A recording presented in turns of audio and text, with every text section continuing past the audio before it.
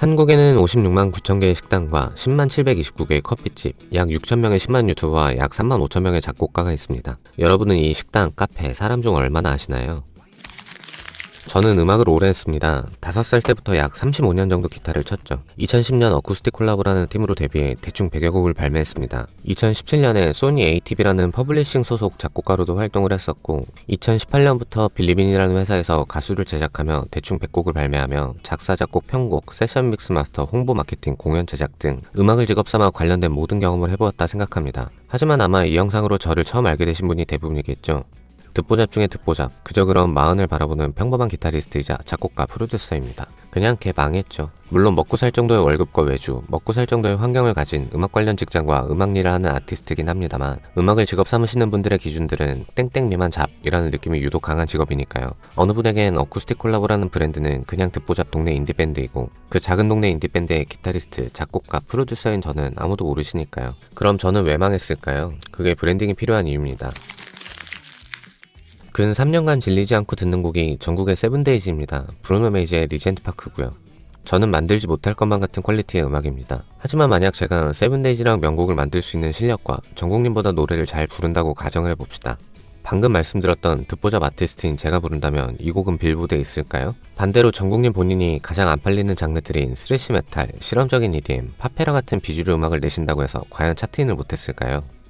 앞서 말한 57만 개의 식당 중 숨겨진 오지의 맛집이 잘 되는 경우가 있고 대로변, 유입이 많은 거리에 1층 식당이 망하는 경우도 있습니다.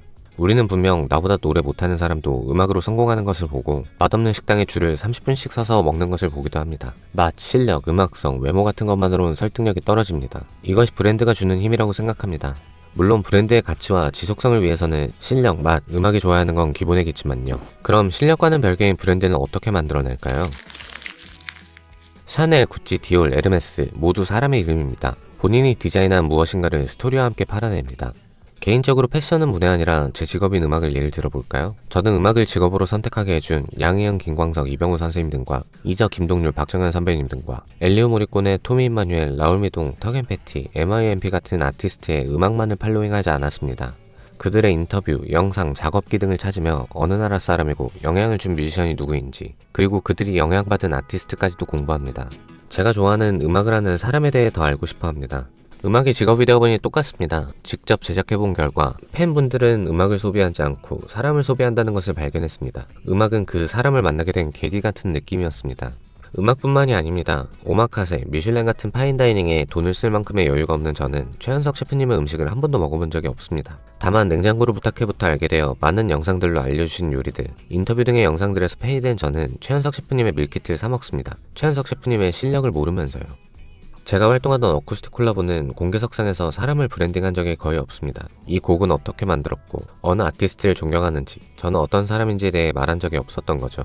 저에 대해 아무리 찾아보셔도 나오는 것이 없을 겁니다. 저는 못생겼고 뚱뚱하고 말을 노잼으로 하는 특별하지 않은 사람이었으니까요. 그저 운 좋게 사진이란 노래를 낸 시점으로 조금씩 입소문이 나고 그다나 설레임, 영화처럼이란 노래로 인지도를 쌓고 이후 더더욱 운이 좋게도 2014년 KBS 인기 드라마 연애의 발견 OST인 묘연아와 너무 보고 싶어로 이름을 알리게 되었습니다. 이 두 곡은 모종의 사건으로 제가 없던 때에 나온 곡이지만요. 하지만 어쿠스틱 콜라보라는 이름은 알아도 저나 모수진을 실제로 아는 분은 상당히 적을 거라고 생각합니다. 사람에 관한 히스토리가 알려진 게 없으니까요. 저 같은 아티스트들이 상당히 많다고 생각합니다. 노래는 알아도 사람은 모르는. 모두 다 자신을 판 적이 없어서 그렇겠죠. 그렇다면 우리의 이름을 판다는 것, 자신을 팔 때는 어떤 것을 팔아야 할까요? 아마 99% 대다수의 아티스트가 공감하실 거라 확신하지만 우리는 모두 실력이 부족합니다. 그리고 다들 못생겼어요. 그리고 노력도 안 하죠. 세상엔 잘하는 사람이 엄청 많습니다. 잘생기고 이쁜 사람은 매년 나옵니다. 이 사람들을 이기기 위한 최선의 노력을 한다고 해도 나보다 미친놈처럼 노력하는 친구들이 주변에 꼭 있어요. 이처럼 항상 위에는 위가 있습니다. 그렇기에 내가 기타 실력을, 작곡 실력을, 얼굴을, 노력을 팔아도 되는지 고민하게 됩니다. 나 따위가 무슨 이라는 생각을 가지고서요. 심지어 정답지가 없는 예술은 더더욱 고민하게 됩니다. 마치 내가 말하는 것이 오답을 말하는 것만 같아서요. 하지만 생각해보면 실력과 노력, 얼굴을 팔지 않아도 우리 모두 팔 것들이 있습니다. 내가 해온 경험, 기록, 정말 특별하지 않은 나의 삶, 이런 것들이요. 저는 20살 때부터 알바를 제외하면 음악 관련 일만을 해왔고 현재 고졸이고 39살인 지금 대학을 다닙니다. 남들 다 하는 취업을 위한 자격증 공부도 해본 적이 없습니다. 하지만 음악을 제작하기 위해 투자를 받기 위해 계속 음악회사에서 일을 하기 위해서 저는 아티스트 소개서를 쓰기 위한 파워포인트를, 달마다 세무, 정산, 예산 편성을 위한 엑셀을, 수많은 서류 작성들을 위한 워드 같은 프로그램들을 다뤄야 합니다. 4년제 대학을 나왔거나 사무직에 취직해본 40살 기준으로 누구나 할 수 있는 엑셀, PPT, 워드를 배우기 위해 유튜브, 블로그 등을 엄청 많이 찾아봅니다. 그리고 관련하여 좋아하는 페이퍼로즈라는 유튜버도 생겼습니다.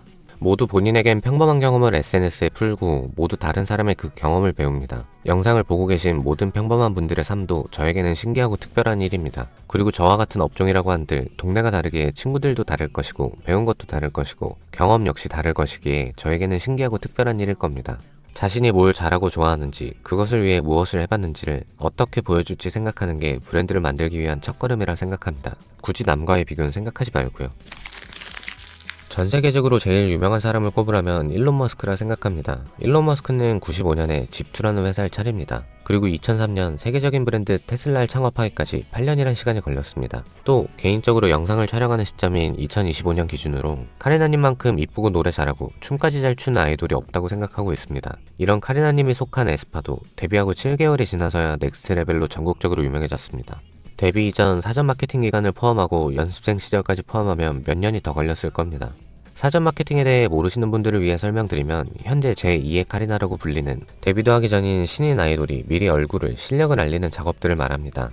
문화체육관광부에서 배포하는 가수 배우의 표준계약서상으로 7년 이상의 계약은 불가하기에 2020년에 데뷔한 에스파는 2027년엔 계약이 끝날 것이고, 여기서 엔터테인먼트는 아티스트분들을 존중하기에 재계약 여부는 아티스트의 선택입니다. 하지만 만약 에스파 전원이 재계약을 하지 않는다면 회사는 운영을 지속하기 위해 새로운 아티스트를 2028년 전엔 데뷔를 시켜야 합니다. 그러기 위한 사전 마케팅을 모든 엔터테인먼트에서 하고 있습니다. 아이돌을 좋아하는 팬들에게 제2의 카리나로 알릴 수 있는 자료를 배포하는 거죠. 카리나님 역시 제2의 태연, 아이린님 등으로 홍보했을 겁니다. 자, 그럼 카리나님보다 이쁘지도 노래를 잘하지도 춤을 잘 추지도 않는 저희가, 심지어 사전 마케팅을 하지도 않은 아무도 모르는 저희가, 일론 머스크보다 또라이 같은 생각을 하지 못하는 저희가 데뷔 앨범 첫 곡에 성공할 수 있을까요? 마찬가지로 처음 오픈하는 식당이, 처음 창업하는 회사가 한 번에 성공할 수 있을까요?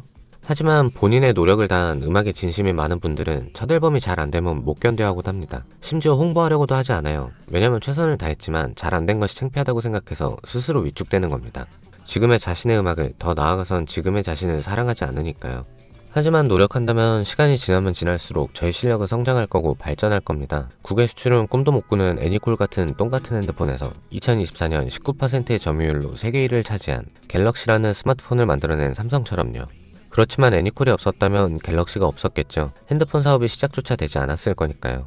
저나 영상을 보시는 분들의 별거 아닌 평범함도 끊임없이 기록하며 노력해서 성장해 나아가는 히스토리를 기록한다면 이 역시 브랜드가 될 수 있으리라 생각합니다. 당신이 좋아하고 잘하는 것들을, 당신에게 당연한 평범한 것들을, 당신이 부족하게 지금 배우고 있는 것들을 끊임없이 기록하며 성장해 나갑시다. 다행히도 SNS가 많은 현대에는 전할 수 있는 방식도 수십 가지니까요. 본인이 할 수 있는 쉬운 선택지만 됩니다. 그리고 그 기록들을 돌아보는 순간 큰 행복을 느낄 수 있을 것이라 장담합니다. 저 역시 히스토리를 기록하기 위해 이런 채널을 마련했습니다. 저의 경험들 역시 성장하며 공부해온 제 친구들, 음악 동료들에겐 아무나 하는 별거 없는 평범한 기록일 수 있지만 음악을 좋아하는, 음악을 직업 삼고 싶은 분들에겐 특별할 수 있지 않을까 해서요. 다만 제 히스토리를 기록하는 것에 인생을 올인하진 않을 겁니다. 저도 먹고 살아야 하니까요. 그리고 확신이 있어 하는 모든 일들이 잘 되지 않는 게 세상이니까요.